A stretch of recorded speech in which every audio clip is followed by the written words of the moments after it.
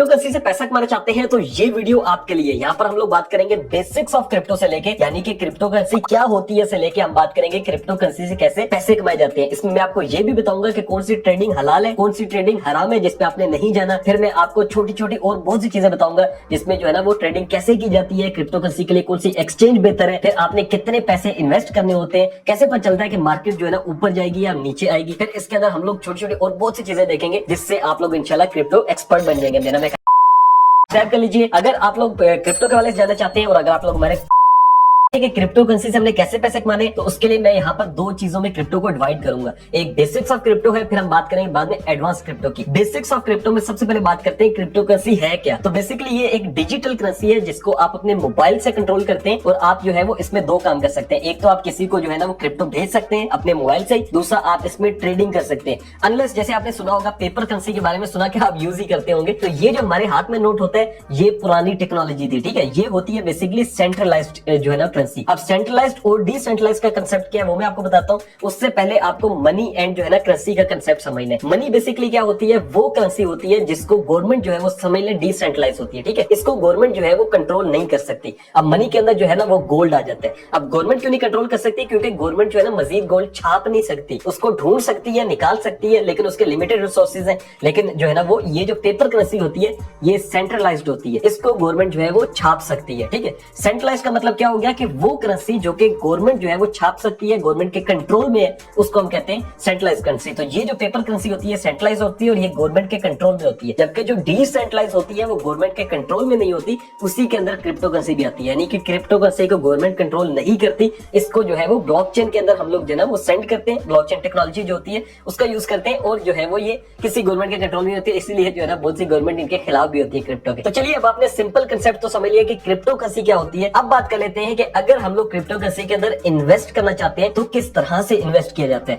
तो बेसिकली अगर आप लेट्स सपोज जो है वो ये पैसे आपके पास है, आप डॉलर लेना चाहते हैं तो आप क्या करेंगे, इन पैसों को किसी एक्सचेंज पे जाएंगे, ठीक है, और उनको कहेंगे कि यार मेरे पास जो है ना ये इतने रुपए मुझे डॉलर दे दे। ऐसे ही क्रिप्टो के अंदर होता है कि अगर आप क्रिप्टो लेना चाहते हैं तो आप क्रिप्टो एक्सचेंज की तरफ जाते हैं और वहां पर क्या कहना होता है, आपने वहां पर अपना अकाउंट बनाना होता है। उनको जो है ना वो पेपर जो करेंसी होती है वो आपने सेंड करनी होती है। इजी पैसा, जायज कैश, कहीं से भी आप अपने पैसे सेंड कर सकते हैं। और इन पैसों को जो पाकिस्तानी रुपए या डॉलर या जितने भी होते हैं इनको हम कहते हैं फियाट करेंसी, ठीक है। अब से जो क्रिप्टो के अंदर नाम है ना इसका फियाट है, FIAT, यानी कि ये फियाट है। आपने फियाट करेंसी सेंड करनी होती है और उससे आपको जो है ना वो स्टेबल कॉइन मिल जाते हैं। अब स्टेबल कॉइन क्या होते हैं, यानी कि आपने ये नहीं है कि बिटकॉइन के अंदर पैसे इन्वेस्ट कर दिए, इथेरियम के अंदर कर दिए, क्योंकि बिटकॉइन इथेरियम इनकी प्राइसेस अप एंड डाउन होती है। तो ऐसा नहीं कि आपने 1000 रुपए इन्वेस्ट किए हो और जैसे ही आप इन्वेस्ट करके अभी जो है ना देख रहे हो तो वो नीचे जाके 900 रुपए रह गए हो, तो आप कहेंगे क्रिप्टो में तो पहले दिन ही लॉस हो गया। तो आपने स्टेबल कॉइन के अंदर इन्वेस्ट करना होता है। अब जो स्टेबल कॉइन होता है बेसिकली वो ये होता है कि उसकी जो प्राइस होती है वो $1 के बराबर रहती है, वो ऊपर नीचे नहीं होता। अब स्टेबल कॉइन कौन कौन से होते हैं, तो उसमें जो सबसे फेमस है वो है USDT,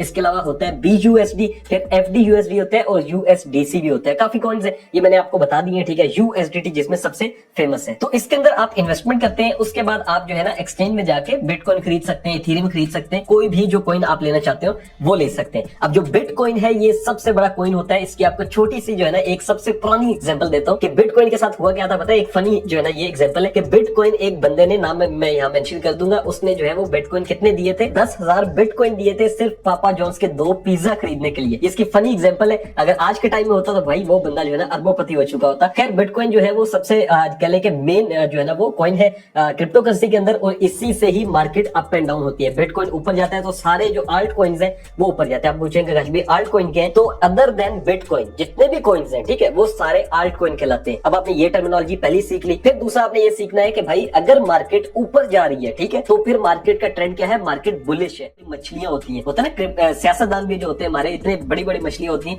ऐसे ही क्रिप्टो के अंदर भी बड़ी मछलियों को जो है ना बिग फिशेस या बिग वेल्स कहा जाता है। अब ये जो वेल होती है इसमें कौन आ सकता है, इसमें एलॉन मस्क आ सकता है। जैसे उसने डॉज के बारे में एक दफा कहा कि भाई डॉज पंप करने वाला है, डॉज के बारे में अच्छी बात की और डॉज फौरन पंप कर गया। तो ऐसे जो बड़े लोग होते हैं जो क्रिप्टो के अंदर इन्वेस्ट ज्यादा करते हैं तो मार्केट ऊपर चली जाती है और जैसे ही उनको पता लगता है हमारा प्रॉफिट निकल रहा है वो जैसे ही एग्जिट करते हैं तो मार्केट डाउन हो जाती है, तो इनको हम कहते हैं बिग वेल्स। तो ये छोटे छोटे कंसेप्ट आपने सीख लिए जिसमें हमने बेसिक्स जो है वो अब कवर कर लिए। अब हम लोग बात करते हैं एडवांस क्रिप्टो के बारे में, जिसके अंदर आता है कि क्रिप्टो के अंदर अगर हमने इन्वेस्ट करना है सबसे पहली चीज तो भाई हमने कितना इन्वेस्ट करना है। ऐसा नहीं है कि क्रिप्टो के अंदर आप जो है ना जैसे 1000 की एग्जांपल दिया तो 1000 ही डालना है, बल्कि ये होता है कि आप जो मिनिमम इन्वेस्टमेंट कर सकते हैं, अगर आप सीखना चाहते हैं क्रिप्टो करेंसी को या आप सीखना चाहते हैं ट्रेडिंग कैसे होती है, तो आप $10 कर सकते हैं। $10 से आप आगाज कर सकते हैं। लेकिन अगर आप चाहते हैं कि भाई मैंने जो है वो क्रिप्टो करेंसी के अंदर थोड़ा बहुत भी कह लें कि प्रॉफिट एंड लॉस लेना है, तो आप मिनिमम $100 से स्टार्ट कीजिएगा। $100 पाकिस्तानी तकरीबन 30,000 रुपया बनता है। मैं आपको इसलिए मशवरा दे रहा हूँ कि आप जो है वो इसमें प्रॉफिट एंड लॉस दोनों कर सकते हैं। मैं आपको ये नहीं कह रहा कि भाई इतने ही इन्वेस्ट करने। अक्सर जो लोग कहते होते हैं ना वो ये होता है कि जितने आप लूज कर सके आपने उतने इन्वेस्ट करने होते हैं। तो ये है कि आप $10 से स्टार्ट कर सकते हैं, आगे आपके पास जितने हो, यानी कि इसमें लॉस भी चूंकि होता है तो आपने ये देखना होता है कि भाई मैं इतने पैसे जितने में, ऐसा नहीं कि वालिदैन से कर्ज लेके लगाने हैं या जमीनें बेच के आपने लगाने, जितने पैसे आपके पास एक्स्ट्रा पड़े हो वो आपने लगाने होते हैं। लेकिन लोग जो बताते हैं वो ये है कि $10 मिनिमम, $100 जो है ना वो मैक्सिमम अगर आप लगाना चाहते हैं, या बहुत किसी के पास पैसा है तो वो $500 से ज्यादा ना लगाए। ठीक है, जब आप सीख चुके होंगे फिर आप जितना मर्जी अपना चाहते हो पैसा इसमें इन्वेस्ट कर सकते हैं। तो क्रिप्टो में अगर आप लोग इन्वेस्टमेंट करना चाहते हैं तो जो सबसे अच्छी एक्सचेंज है वो आप पूछेंगे, तो यहाँ पर आपके सामने एक लिस्ट आ रही होगी एक्सचेंजेस की,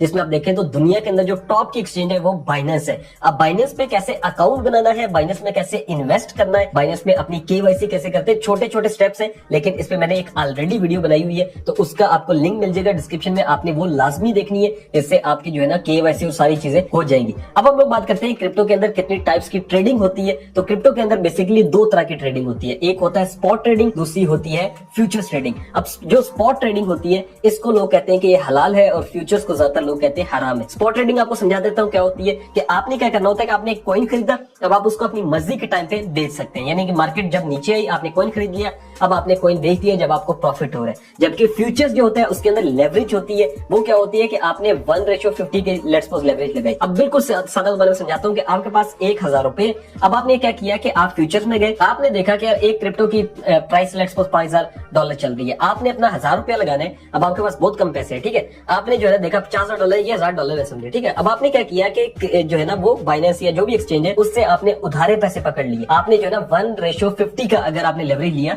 तो यानी कि आपके पास अब 1000 नहीं है बल्कि आपने इसको 50x कर देना है, यानी इसको 50 से मल्टीप्लाई कर देना है, वो आपने पैसे से उधारे पकड़े। अब आपने इसको जो है 50,000 बना के अब आपने इन्वेस्ट किया, अब आपको जो प्रॉफिट एंड लॉस दोनों होंगे वो 50,000 के लिहाज से होंगे। अगर आपका 50,000 थोड़ा सा भी कम होगा तो आपका $1000 आई ना, या $1000 थे तो फौरन खत्म हो जाएगा। तो क्रिप्टो फ्यूचर्स जो है उसके अंदर आपको बहुत ज्यादा प्रॉफिट भी हो सकता है और बहुत ज्यादा लॉस भी हो सकता है, और इसके अंदर चूंकि एक जो है ना वो अमाउंट लेते हैं ये लोग, और उससे जो है ना वो ज्यादातर जो है वो लोगों का यही आंसर है कि ये हराम होती है। मैं खुद भी नहीं करता तो मैं आपको रिकमेंड भी नहीं करूंगा। तो क्रिप्टो फ्यूचर्स नहीं करनी बल्कि क्रिप्टो के अंदर स्पॉट ट्रेडिंग करनी है। वो पूछेंगे ये मार्केट अप एंड डाउन कैसे जाती है, तो इसके लिए दो तरीके होते हैं, एक तो ये होता है कि आप टेक्निकल एनालिसिस करते हैं और दूसरा ये होता है कि आप फंडामेंटल एनालिसिस करते हैं। वो पूछेंगे भाई टेक्निकल एनालिसिस क्या है, फंडामेंटल एनालिसिस क्या है, तो बेसिकली टेक्निकल एनालिसिस ये होता है कि आप बैठ के खुद प्रिडिक्ट करते हैं। कुछ लोग इसमें जो है ना काफी ज्यादा कह लें कि चीजें इन्वॉल्व होती है, कुछ लोग इसमें देख रहे होते हैं कि आप पिछले एक साल की पूरी मार्केट देखते हैं कि बिटकॉइन ने पिछले इस साल में क्या किया था, तो वो उनकी प्रेडिक्शंस होती है कि यार इस लिहाज से ये मूव करेगा, ठीक है। बहुत से लोग इसमें जो है ना कैंडलस्टिक्स का और चार्ट पैटर्न सारा कुछ देखते हैं,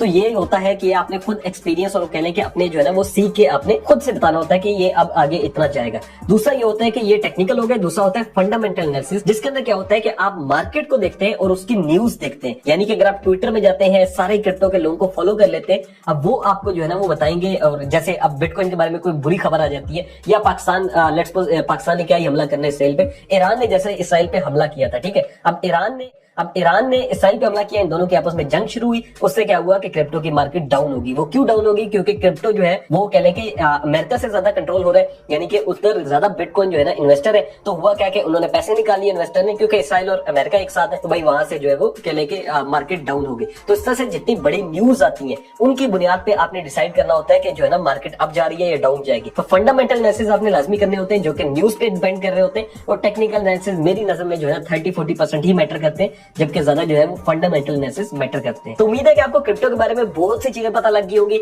अब आपने क्या करना है कि अब आपने एक्चुअल में क्रिप्टो के अंदर इन हो जाना है। उसके लिए मैंने एक ऑलरेडी वीडियो बनाई हुई है, जैसे मैंने पहले बताया, उसका लिंक दे दूंगा डिस्क्रिप्शन में, जिसमें आपको बाइनेंस पे अकाउंट बनाना भी सिखाया जाएगा, बाइनेंस पे आपका जो है ना केवाईसी भी हो जाएगी, बाइनेंस में इन्वेस्ट कैसे करते हैं, बाइनेंस में कैसे कॉइन खरीदते हैं, फिर आपने अपना प्रॉफिट कैसे लेना होता है, किसी को अगर आपने कोई ट्रांसफर करनी है अमाउंट, तो वो सारी चीजें इंशाल्लाह आपको नेक्स्ट जो मैंने वीडियो का डिस्क्रिप्शन में लिंक दिया है वहां से सीखने को मिल जाएंगी। अगर आपका फिर भी कोई क्वेश्चन हो, आपको ना समझ समझ में आ रही हो तो आप कमेंट सेक्शन में पूछ सकते हैं। मिलता हूं आपसे नेक्स्ट।